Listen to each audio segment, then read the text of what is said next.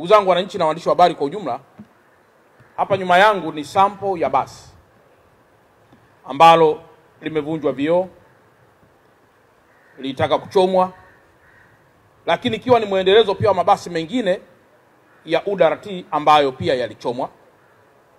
Na kwa sasa serikali inaendelea na tathmini kuhusiana na kiwango hicho cha uharibifu wa miundombinu ya serikali, miundombinu ya watu binafsi, lakini pamoja pia na wale wengine ambao wamepata madhara katika maisha na katika mambo mengineyo.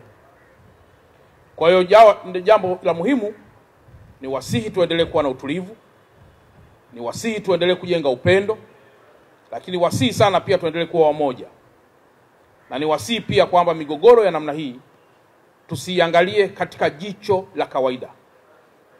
Tunaweza tukagombana mimi na wewe ndani ya taifa letu, lakini akawepo adui mkubwa wa maendeleo yetu anayetuchungulia sisi tukiwa tunalumbana na akapita katikati yetu. Mwisho wa siku migogoro ya namna hii ikaligawa taifa, ikapasua taifa, ikazorotesha maendeleo, na sote tukarudi tena katika nchi ambayo amani itabaki kuwa historia. Kwa niendelee kuwaomba sana Watanzania wa Dar es Salaam kwamba sisi tumebeba dhamana ya maisha mengi sana ya Watanzania wenzetu.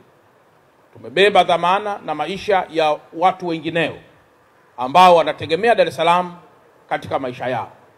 Sambamba na hili, tarehe 29 ya mwezi wa 10 uchaguzi ulikwisha.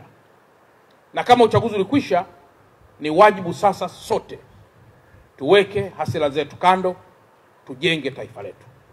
Mkiangalia mabasi haya, leo tuko kwenye hii barabara ya Mbagala, lakini kuna barabara ya BRT1, hii ni BRT2.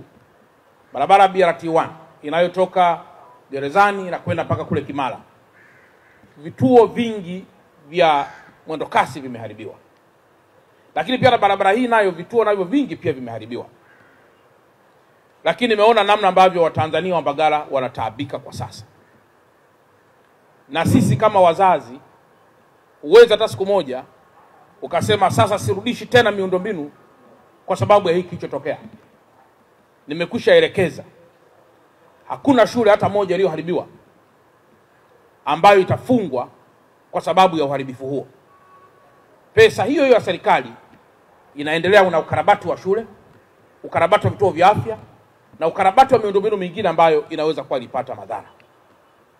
Lakini sambamba na hilo, tumemsikia mkuu wa wilaya ya Temeke anaomba kwamba usafiri huu urudi barabarani.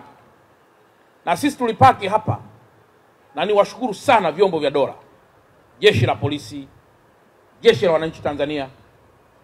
Mabasi kama haya mnayoyaona, yote haya mnayoyaona hapa, kama tungezembea mabasi haya yote yangeweza kuchoma moto. Lakini pengine leo yangekuwa ni majuto ya kile ambacho tumekwisha kifanya.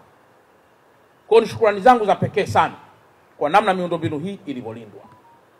Sasa kwa kuwa maombi ya mkuu wa wilaya, na yeye ndiye anayekaa hapa panaona wananchi wake wanavyotaabika.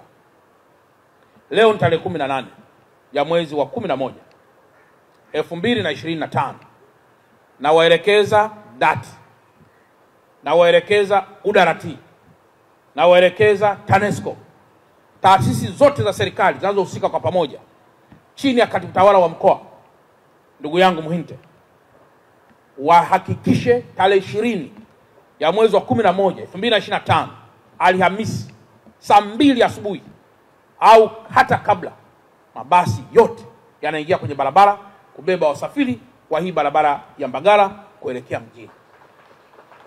Lakini ile barabara inayotoka Mwenge, ile inayotoka Gerezani kwenda mpaka Kimara, ile na yenyewe tunaharakisha ili kuhakikisha kwamba inaanza kutoa huduma.